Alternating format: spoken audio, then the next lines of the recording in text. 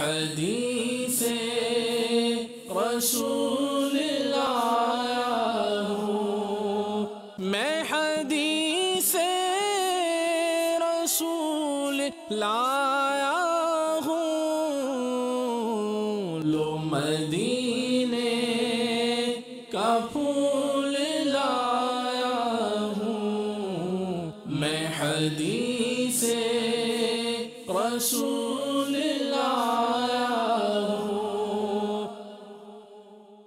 الحمدللہ رب العالمین والصلاة والسلام علی سید المرسلین، اما بعد فاعوذ باللہ من الشیطان الرجیم، بسم اللہ الرحمن الرحیم۔ الصلاة والسلام علیک یا رسول اللہ وعلی آلک واصحابک یا حبیب اللہ۔ الصلاة والسلام علیک یا نبی اللہ وعلی آلک واصحابک یا نور اللہ۔ فیضان ریاض الصالحین کے سلسلے میں حاضر ہیں، اور آج کا موضوع ہے سنت کی اہمیت اور سنت کے آداب کی حفاظت کے بارے میں۔ نبی کریم صلی اللہ تعالیٰ علیہ وآلہ وسلم کی اطاعت اور فرما برداری کرنا یہ اصل ایمان ہے۔ سرکار دو عالم صلی اللہ علیہ وآلہ وسلم جس شے کا حکم فرمائیں اس پر عمل کرنا، اور جس چیز سے منع کریں اس سے بچنا، یہی دین اسلام ہے۔ قرآن پاک کے اندر نبی پاک صلی اللہ علیہ وآلہ وسلم کی اطاعت کا بے شمار جگہ پر حکم دیا گیا، اور احادیث مبارکہ بھی اس موضوع پر بے شمار ہے۔ اللہ تبارک و تعالی ارشاد فرماتا ہے، وَمَا آتَاكُمُ الرَّسُولُ فَخُذُوهُ وَمَا نَهَاكُمْ عَنْهُ فَانْتَهُوا، سورۃ الحشر آیت نمبر 7۔ فرمایا، اور رسول تمہیں جو عطا فرمائیں تو اسے لے لو، اور جس شے سے منع فرمائیں اس سے رک جاؤ۔ جو کچھ رسول تمہیں عطا فرمائیں اسے لے لو، یعنی جس کے کرنے کا حکم دیں وہ کرنا شروع کر دو، اور جس شے سے منع فرمائیں اس سے باز آ جاؤ، اس سے رک جاؤ۔ اگلی آیت مبارکہ اللہ تبارک و تعالی ارشاد فرماتا ہے، سورہ آل عمران آیت نمبر 31-31، اے محبوب تم فرماؤ، اے لوگو اگر تم اللہ سے محبت کرتے ہو تو میری پیروی کرو، اللہ تم سے محبت فرمائے گا اور تمہارے گناہوں کو بخش دے گا۔ اس آیت مبارکہ میں نبی کریم صلی اللہ علیہ وآلہ وسلم کی اتباع کی اہمیت واضح ہوتی ہے کہ اللہ تبارک و تعالی نے فرمایا، وہ لوگ کہ جو اللہ تعالیٰ سے محبت کا دعویٰ کرتے ہیں کہ ہم خدا سے محبت کرنے والے ہیں، ان سے فرمایا گیا کہ اگر تم اپنے دعوے میں سچے ہو تو تم پر ضروری ہے کہ تم آخر الزمان نبی صلی اللہ علیہ وآلہ وسلم کی اتباع کرو۔ جب تم ان کی اتباع کرو گے تو تمہارا دعوی محبت بھی سچا ہوگا، اور اس کے ساتھ تم خدا کے محبوب بندے بھی بن جاؤ گے، اور تمہارے گناہ بھی معاف ہو جائیں گے۔ اور اگر نبی کریم صلی اللہ علیہ وآلہ وسلم کی اتباع نہیں کرتے، اس سے منہ پھیرتے ہو اور اس سے اپنی گردنیں پھیرتے ہو، تو اس کا نتیجہ یہ ہوگا کہ نہ تو تم اپنے دعوی محبت میں سچے ہو، اور نہ ہی تم خدا کے محبوب بن سکتے ہو، اور نہ ہی تمہارے گناہ معاف ہو سکتے ہیں۔ ایک اور آیت سورۃ الاحزاب آیت نمبر 21 میں اللہ تعالیٰ ارشاد فرماتا ہے، لَقَدْ كَانَ لَكُمْ فِي رَسُولِ اللَّهِ أُسْوَةٌ حَسَنَةٌ لِمَنْ كَانَ يَرْجُو اللَّهَ وَالْيَوْمَ الْآخِرَ، بے شک تمہارے لیے رسول اللہ کی زندگی میں بہترین اسوہ موجود ہے، اس شخص کے لیے جو اللہ اور آخرت کے دن کی امید رکھتا ہے۔ اس آیت مبارکہ میں بڑی جامعیت کے ساتھ یہ بتا دیا گیا کہ نبی کریم صلی اللہ علیہ وآلہ وسلم کی حیات طیبہ میں بہترین رول ماڈل موجود ہے، اسوہ موجود ہے، ایک عمل کرنے کا جو اچھے سے اچھا اور اعلیٰ سے اعلیٰ طریقہ ہونا چاہیے، نبی کریم صلی اللہ علیہ وآلہ وسلم کی حیات طیبہ میں موجود ہے۔ تو گویا زندگی کے تمام شعبوں میں، زندگی کے تمام پہلوؤں میں اگر اللہ تعالیٰ کی رضا کے مطابق عمل کرنا ہے اور اعلیٰ سے اعلیٰ طریقے پر عمل کرنا ہے، تو اس کے لیے نبی کریم صلی اللہ علیہ وآلہ وسلم کی حیات مبارکہ بہترین نمونہ ہے۔ اور یہ وہ نمونہ ہے کہ اگر اس سے ہٹ کر کوئی چلتا ہے تو وہ خدا کے راستے سے ہٹ جاتا ہے۔ تو یہ آیت مبارکہ بھی نبی کریم صلی اللہ علیہ وآلہ وسلم کی اطاعت اور آپ کی اتباع کی اہمیت کو واضح کرتی ہے۔ اس کے بعد ایک اور آیت مبارکہ میں ارشاد فرمایا گیا فَلَا وَرَبِّكَ لَا يُؤْمِنُونَ حَتَّى يُحَكِّمُوكَ فِي مَا شَجَرَ بَيْنَهُمْ ثُمَّ لَا يَجِدُوا فِي أَنفُسِهِمْ حَرَجًا مِّمَّا قَضَيْتَ وَيُسَلِّمُوا تَسْلِيمًا۔ اے محبوب تمہارے رب کی قسم، لوگ مومن نہیں ہو سکتے حتیٰ کہ تمہیں اپنا حاکم بنا لے اپنے باہمی جھگڑوں میں، پھر اپنے دل کے اندر کو تنگی نہ پائیں اس فیصلے سے متعلق جو آپ کریں، اور دل و جان سے اس فیصلے کو تسلیم کر لیں۔ نبی کریم علیہ السلام کی اہمیت اور عظمت کا بیان اس آیت مبارکہ سے واضح ہے کہ اللہ تعالیٰ نے ارشاد فرمایا کہ لوگ اس وقت تک مسلمان نہیں ہو سکتے، اور یہ بات اللہ تعالیٰ نے قسم کے ساتھ بیان فرمائی کہ قسم ہے اے محبوب تیرے رب کی قسم ہے، لوگ اس وقت تک مسلمان نہیں ہو سکتے جب تک اپنے جھگڑوں میں، اپنے باہمی معاملات میں آپ کو اپنا حاکم تسلیم نہ کر لیں، کہ نبی کریم صلی اللہ علیہ وآلہ وسلم کے پاس فائنل اتھارٹی ہے، آپ ہمارے حاکم ہیں ہمارے باہمی معاملات میں، اور جو آپ فیصلہ فرما دیں اس فیصلے کو دل و جان سے تسلیم کر لیں، اور اپنے دل کے اندر بھی اس فیصلے کے بارے میں کوئی اعتراض نہ پائیں، کوئی تنگی محسوس نہ کریں۔ تو یہ نبی کریم علیہ السلام کے فرامین اور آپ کے فیصلوں کی اہمیت اور امت کے اوپر ان کے نافذ العمل ہونے کا بیان ہے کہ اس کے سامنے کسی کو چون و چرا کرنے کی اجازت نہیں۔ ایک اور آیت مبارکہ اللہ تعالیٰ ارشاد فرماتا ہے مَن یُطِعِ الرَّسُولَ فَقَدْ أَطَاعَ اللَّهَ، جو رسول کی اطاعت کرے تو بے شک اس نے اللہ کی اطاعت کی، جو رسول کی بات مانے بے شک اس نے اللہ کی بات مانی، جو رسول کی پیروی اختیار کرے بے شک اس نے خدا کی پیروی کی، یعنی خدا کے احکام کی پیروی کی۔ تو یہ آیات مبارکہ ہیں، اس کے علاوہ بھی قرآن پاک میں بہت ساری آیات ہیں جن سے یہ پتہ چلتا ہے کہ دین کے اندر نبی کریم صلی اللہ علیہ وآلہ وسلم کا مقام کیا ہے، آپ کے فرامین کا مقام کیا ہے، اور جو آپ نے طریقہ اور سنت ہمارے لیے مقرر فرمائی اس کی اہمیت کیا ہے۔ دین نبی کریم صلی اللہ علیہ وآلہ وسلم کے طریقہ مبارکہ پر چلنے ہی کا نام ہے۔ اس طریقے سے جو ہٹتا ہے، جو طریقہ رسالت سے ہٹتا ہے، وہ گویا خدا کے راستے سے ہٹتا ہے۔ لہذا مسلمانوں کے لیے جو ایک ہی راستہ نجات، کامیابی اور فلاح کا ہے وہ نبی کریم صلی اللہ علیہ وآلہ وسلم کی اطاعت اور اتباع کا ہے۔ سرکار دو عالم صلی اللہ علیہ وآلہ وسلم نے خود بھی اس معاملے کو بڑی اہمیت کے ساتھ بیان فرمایا کہ اطاعت رسول کی اہمیت کیا ہے اور سنت مصطفیٰ صلی اللہ علیہ وآلہ وسلم پر عمل کرنے کی اہمیت اور ضرورت کتنی ہے۔ ارشاد فرمایا کہ جو شے میں نے تمہارے لیے چھوڑ دی ہے تم اس میں مجھے چھوڑے رکھو، یعنی جو میں نے تمہارے سامنے بیان نہیں کیا نا تو اس کو خام خواہ پوچھ کر اس کے بارے میں سوالات نہ کرو۔ بے شک تم سے پہلے لوگوں کو ہلاک کر دیا بہت زیادہ سوالات کرنے نے اور اپنے نبیوں سے اختلاف کرنے نے۔ پھر فرمایا کہ جب میں کسی شے سے تمہیں منع کروں تو اسے رک جاؤ، اور جب میں تمہیں کسی کام کے کرنے کا حکم دوں تو جتنا ہو سکے اپنی طاقت کے مطابق اسے بجا لاؤ، اسے ادا کرو۔ چند باتیں ارشاد فرمائیں۔ پہلی بات تو فرمائی کہ بہت زیادہ سوالات نہ کیا کرو۔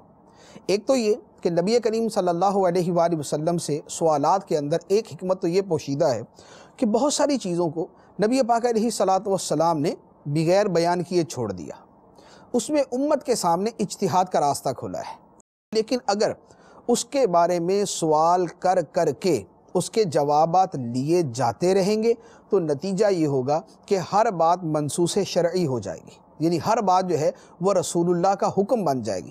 اب جب اللہ اور اس کے رسول صلی اللہ علیہ وآلہ وسلم کا حکم بن جائے گی تو اب اس کے اوپر عمل کرنا لازمی ہو جائے گا، اس پر عمل کرنا ضروری ہو جائے گا۔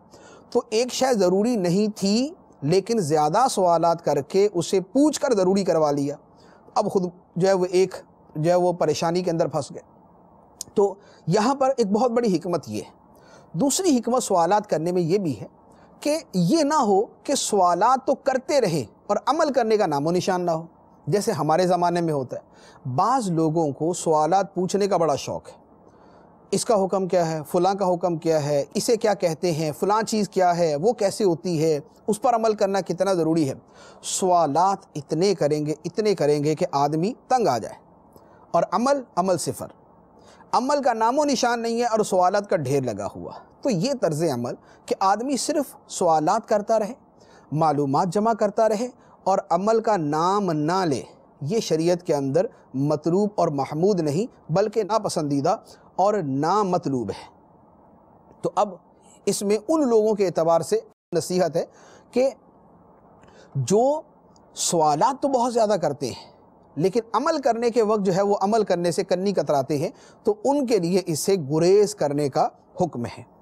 پھر مزید فرمایا کہ جس شے سے منع کر دوں اس سے باز آ جاؤ، اور جس کا حکم دے دوں اسے بجا لاؤ جتنا ہو سکے، یعنی جو حکم دے دیا گیا اس پہ عمل کیا جائے گا، جس سے منع کر دیا گیا اس سے بچا جائے گا۔ اب اس کی علت، اس کی وجہ، اس کا سبب، یہ اگر اپنے ایمان میں اضافے کے لیے پوچھنا ہے تو اور بات ہے، حکمت معلوم کرنے کے لیے پوچھنا ہے تو اور بات ہے، لیکن یہ کہ جب تک حکمت اور علت پتہ نہیں چلے گی عمل بھی نہیں کریں گے، یہ جہالت ہے، یہ پھر اطاعت نہیں ہے، یہ اطاعت کے برخلاف ہے۔ تو اللہ رسول نے جو فرما دیا اس پر فوری طور پہ تسلیم کرنا ہے اور عمل کرنا ہے، مسلمان کا کام یہ ہے۔ اب جب تک مجھے وہ بات سمجھ نہ آئے میں عمل نہیں کروں گا، یہ طرز عمل کسی مسلمان کا نہیں ہو سکتا۔ ایک اور حدیث مبارک نبی کریم صلی اللہ علیہ وآلہ وسلم نے ارشاد فرمایا کہ میرا ہر امتی جنت میں داخل ہوگا، میرا ہر امتی جنت میں داخل ہوگا سوائے اس کے جس نے انکار کیا۔ عرض کیا گیا یا رسول اللہ صلی اللہ علیہ وسلم انکار کون کرتا ہے؟ فرمایا جس نے میری اطاعت کی وہ جنت میں داخل ہوگا، اور جس نے میری نافرمانی کی اس نے انکار کیا، تو جس نے انکار کیا وہ جنت میں داخل نہیں ہوگا۔ تو واضح طور پہ ارشاد فرما دیا کہ رسول اللہ صلی اللہ علیہ وآلہ وسلم کی اطاعت یہ دین کے اندر بنیادی اہمیت رکھتی ہے۔ ہر امتی جنت میں داخل ہوگا سوائے اس کے کہ جو انکار کرے۔ انکار کرنے سے مراد کہ نبی پاک علیہ الصلوۃ والسلام کی نافرمانی کرے۔ تو یہاں بڑے واضح طور پہ قانون بیان کر دیا۔ رحمت خداوندی کا معاملہ جدا ہے، لیکن قانون یہاں بیان کر دیا کہ قانون یہ ہے کہ اللہ تعالیٰ کے رسول صلی اللہ علیہ وآلہ وسلم کی اطاعت کرنے والا جنت میں داخل ہوگا، اور جو اطاعت نہیں کرے گا، نافرمانی کرے گا، وہ جنت میں داخل نہیں ہوگا۔ تو یہ دو راستے سرکار دو عالم صلی اللہ علیہ وآلہ وسلم نے واضح طور پر ہمارے سامنے بیان فرما دی ہے۔ پھر اطاعت کے اندر اور اتباع کے اندر یہ بات ذہن میں رکھنی چاہیے کہ اس کے درجات ہیں۔ فرائض کے اندر اطاعت فرض ہے، واجبات کے اندر واجب ہے، سنتوں کے اندر سنت ہے، لیکن اس کا یہ مطلب نہیں کہ فرائض و واجبات پر عمل کر کے آدمی سنن اور مستحبات سے دور ہو جائے۔ نبی پاک علیہ الصلوۃ والسلام کا جو عمل مبارک ہے، جس کی آپ نے ہمیں جو ہے وہ ترغیب دی ہے، جس کا ہمیں بیان فرمایا ہے، مسلمان کو دل و جان سے اس پر عمل کرنا چاہیے۔ اب اس کی مثال دیکھیں۔ حدیث مبارک ہے حضرت ابو ایاس سلمہ بن عمر بن اکوع رضی اللہ تعالی عنہ فرماتے ہیں کہ ایک شخص نبی کریم صلی اللہ علیہ وآلہ وسلم کے پاس بیٹھا ہوا اپنے بائیں ہاتھ سے کھانا کھا رہا تھا اور بائیں ہاتھ سے۔ سرکار دو عالم صلی اللہ علیہ وآلہ وسلم نے اسے ارشاد فرمایا کل بیمینک، دائیں ہاتھ سے کھانا کھاؤ۔ اس نے عرض کیا کہ میرے اندر طاقت نہیں ہے، یعنی میں نہیں کر سکتا کہ میں دائیں ہاتھ سے کھانا کھاؤں۔ سرکار دو عالم صلی اللہ علیہ وآلہ وسلم نے فرمایا کہ تجھے طاقت ہی نہ ہو، تو کہتا ہے کہ میں دائیں ہاتھ سے کھانے کی طاقت نہیں رکھتا، تجھے طاقت ہی نہ ہو۔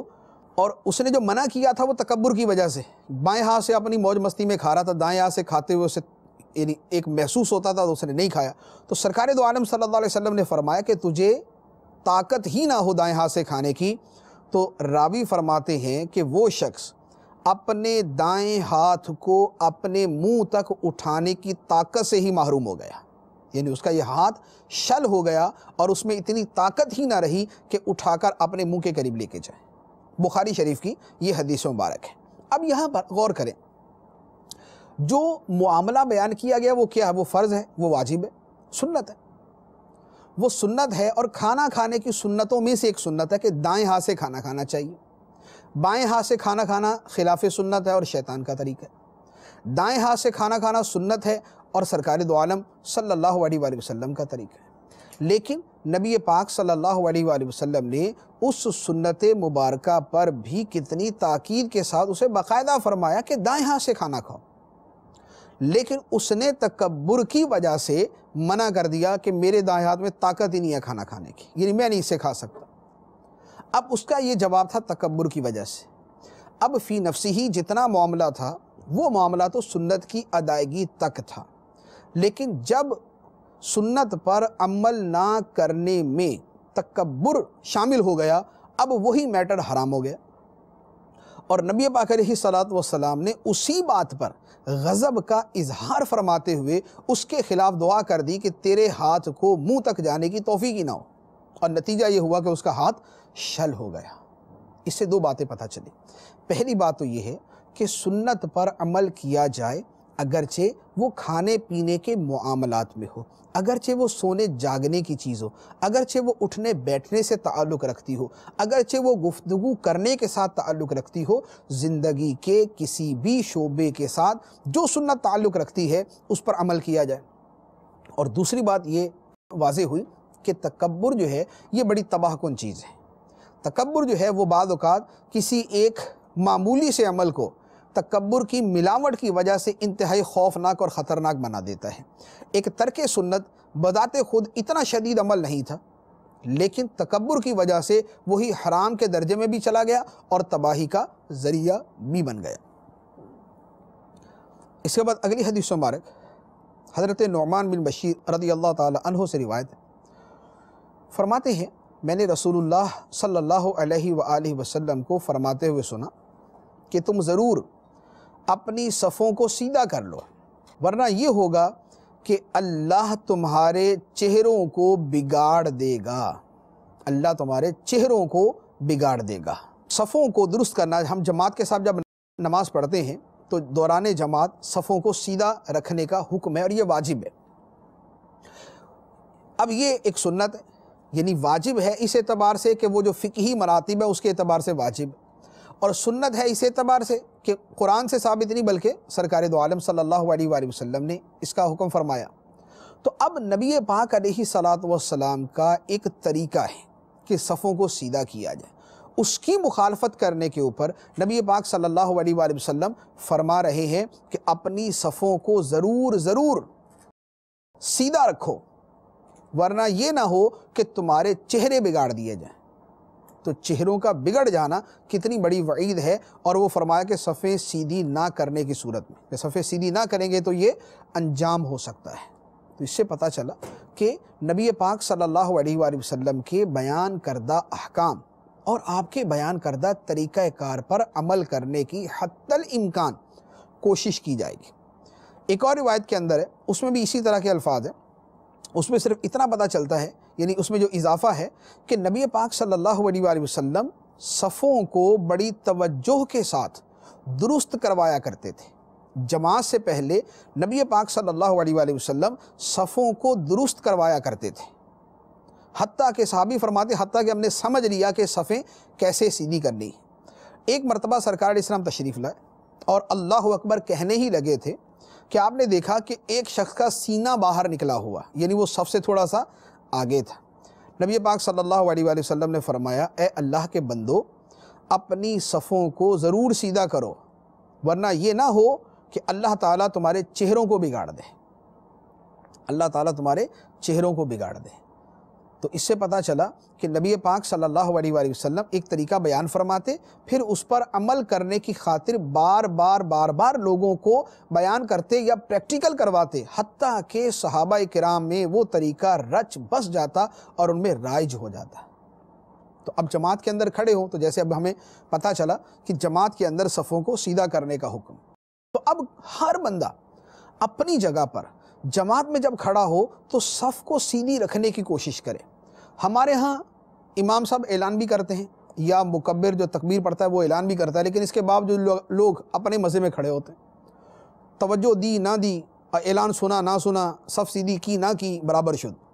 یہ نہیں، یعنی لوگ بعض اوقات یوں کہہ لیں کہ لوگ اتنے عادی ہو چکے ہیں کہ امام کے اعلان کے باوجود کوئی سوجھ بوجھ ہی نہیں ہوتی کہ صف کو بھی سیدھا کرنا ہے.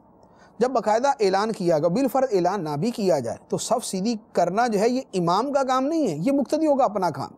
ہر مقتدی اپنے دائیں بائیں دیکھ کر صفوں کو سیدھا کرے، کندھے کے ساتھ کندھا ملا کر اور ٹخنے کی سیدھ میں ٹخنا کر کے اپنی صف کو درست کیا جائے. یہ کرنا واجب ہے، یعنی نہیں کریں گے تو گناہ گار ہوں گے، نہیں کریں گے تو اس وعید کے مستحق بنیں گے. اور خدا نہ خواستہ کبھی ایسا نہ ہو جائے کہ واقعتاً ایسا ہو کہ صفیں سیدھی نہ کرنے کی وجہ سے چہرے بگڑ جائیں، تو کیا انجام ہوگا، کیا نتیجہ نکلے گا. تو لہذا جو بھی سنت کا پتہ چلے، جو بھی طریقے کا پتہ چلے، اس کے اوپر عمل کرنا چاہیے.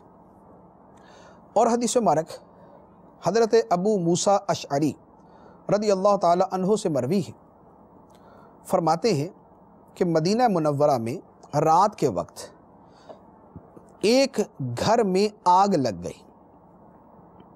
گھر میں آگ لگ گئی تو جب یہ بات نبی پاک علیہ الصلاۃ والسلام کو بیان کی گئی کہ یا رسول اللہ صلی اللہ علیہ وسلم فلاں گھر میں رات کے وقت آگ لگ گئی تھی، تو آپ نے ارشاد فرمایا کہ بے شک یہ آگ تمہاری دشمن ہے، تو جب تم سونے لگو تو اسے بجھا دیا کرو. سوتے وقت آگ کو بجھا دینا چاہیے.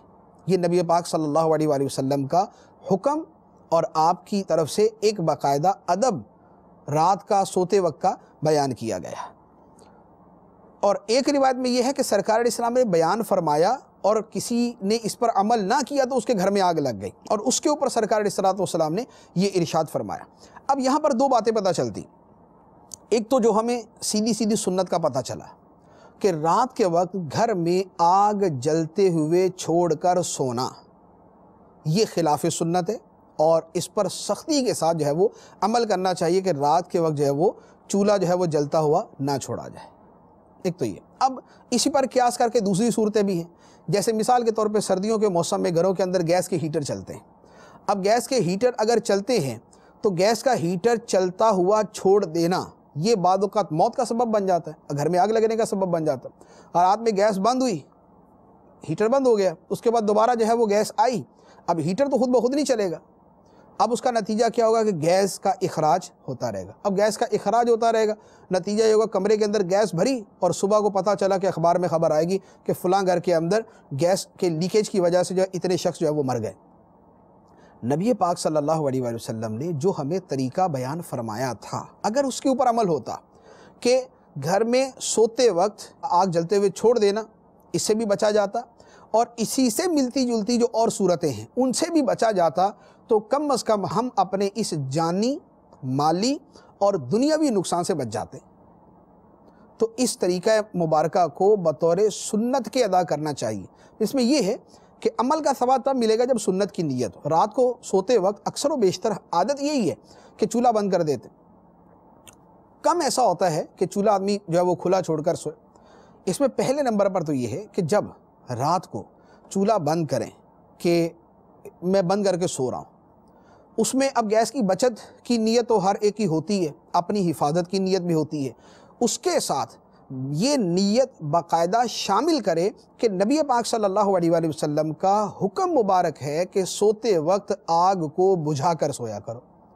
جب اس حکم پر عمل کرنے کی نیت ہوگی اب اس کے اوپر ثواب بھی ملے گا. تو گویا عمل وہی ہے، نیت کا اضافہ کیا تو اب اس کے اوپر ثواب ملنا شروع ہو جائے گا. اب اس کے ساتھ ایک اور بات، دوسری بات، اس حدیث سے یہ پتہ چلا کہ وہ شے جو ہمیں نقصان دے اس شے سے اپنے آپ کو بچانا یہ ہماری شریعت کا مطلوب ہے، مقصود ہے.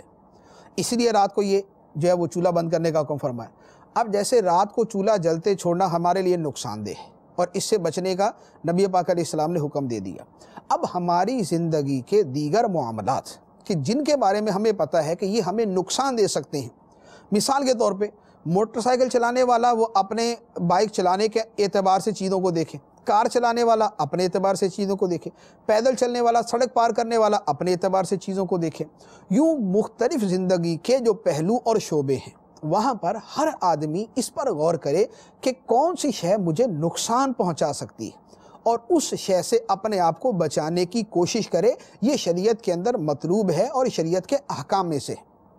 اسی لیے شریعت کا ایک قاعدہ ہے، لا ضرر ولا ضرار، نہ کسی دوسرے کو نقصان پہنچایا جائے اور نہ خود نقصان اٹھایا جائے۔ نہیں یعنی ہم نہ کسی دوسرے کو نقصان پہنچائیں اور نہ خود نقصان اٹھائیں۔ ایک اور حدیث مبارک نبی کریم صلی اللہ علیہ وآلہ وسلم نے ارشاد فرمایا کہ میری مثال اور تمہاری مثال اس شخص کی طرح ہے جس نے آگ جلائی۔ آگ جلائی تو بہت سے پتنگے اور چھوٹے چھوٹے جو جانور ہیں وہ اس کے اندر گرنا شروع ہو گئے اور وہ شخص ان کو بچا رہا ہے۔ تو فرمایا کہ میں تمہیں تمہارے ازار بند سے پکڑ کر آگ سے بچانے کی کوشش کر رہا ہوں اور تم میرے ہاتھ سے چھوٹ کر جا رہے ہو۔ یعنی حدیث مبارک میں ایک مثال دی گئی، ایک آدمی آگ جلاتا ہے تو ہم بھی دیکھتے ہیں کہ آگ جلتی ہے تو اس کے اوپر پروانے آ کے گرنا شروع ہو جاتے ہیں، اس کے اوپر پتنگے آ کے گرنا شروع ہو جاتے ہیں۔ تو اب وہ آدمی ادھر سے جھاڑتا ہے ان کو ہٹانے کی کوشش کرتا ہے، لیکن وہ بار بار چھلانگ مارتے ہیں۔ تو فرمایا کہ میری اور تمہاری مثال ایسے ہی ہے کہ میں تمہیں پکڑ کے آگ سے، جہنم کی آگ سے بچانے کی کوشش کر رہا ہوں اور تم میرے ہاتھ سے چھوٹ جا رہے ہو۔ تو ایسا ہی ہوتا ہے۔ سرکار دو عالم صلی اللہ علیہ وآلہ وسلم ہمیں زندگی کے ہر شعبے کے اعتبار سے بتا رہے ہیں کہ اس میں یوں کرو، اس میں یوں کرو، اللہ کا حکم یہ ہے، یہ جنت کا راستہ ہے، یہ جہنم کا راستہ ہے، یہ نیکی ہے، یہ بدی ہے، یہ اچھا کام ہے، یہ برا کام ہے۔ تو سرکار دو عالم صلی اللہ علیہ وآلہ وسلم ایک شے کے بارے میں جو ہمیں وضاحتوں کے ساتھ بیان فرما رہے ہیں وہ کیا ہے؟ وہ ہمیں جہنم سے بچانا چاہتے ہیں، وہ ہمیں نار دوزخ سے بچانا چاہتے ہیں۔ لیکن لوگوں کی حالت کیا ہے کہ کوئی ادھر سے بھاگ کر جہنم میں جانے کی کوشش کرتا ہے، کوئی ادھر سے جانے کی کوشش کرتا ہے۔ تو فرمایا کہ میری اور تمہاری مثال اس شخص جیسی ہے جس نے آگ جلائی اور اس کے اندر پتنگے اور پروانے گرتے ہیں اور وہ ان کو ہٹانے کی کوشش کرتا ہے، لیکن وہ پروانے آگ میں چھلانگ لگا رہے ہیں۔ تو یہ سرکار دو عالم صلی اللہ علیہ وآلہ وسلم کی ایک رحمت کا بیان بھی ہے کہ سرکار علیہ الصلوۃ والسلام ہمیں جہنم سے بچانے کی کوشش کر رہے ہیں۔ تو آپ کی اطاعت جو ہے، یہ اطاعت کا مطلب یہ ہوا کہ ہم نے آپ کے اس فرمان پر ہم اس آگ سے پیچھے ہٹ گئے۔ تو یوں زندگی کے مختلف شعبوں کے اندر سرکار دو عالم صلی اللہ علیہ وآلہ وسلم کے جو آداب ہوں، جو طریقے ہوں، جو بیان ہوں، جو آپ نے بیان فرمایا اس کے اوپر عمل کرنے کو اپنی زندگی کا ایک بنیادی حصہ بنا لینا، یہ مسلمان کا کام ہے۔ مسلمان وہ ہے کہ جو سرکار دو عالم صلی اللہ علیہ وآلہ وسلم کی کامل اتباع کرنے والا ہے۔ اتباع میں جتنا کامل ہے، ایمان کے اندر وہ اتنا ہی کامل ہے۔ اللہ تبارک و تعالی ہمیں عمل کرنے کی توفیق عطا فرمائے، آمین، بجاہ النبی الامین صلی اللہ علیہ وسلم۔ میں حدیث رسول لایا ہوں، میں حدیث رسول لایا ہوں، لو مدینے کا پھول لایا ہوں، میں حدیث رسول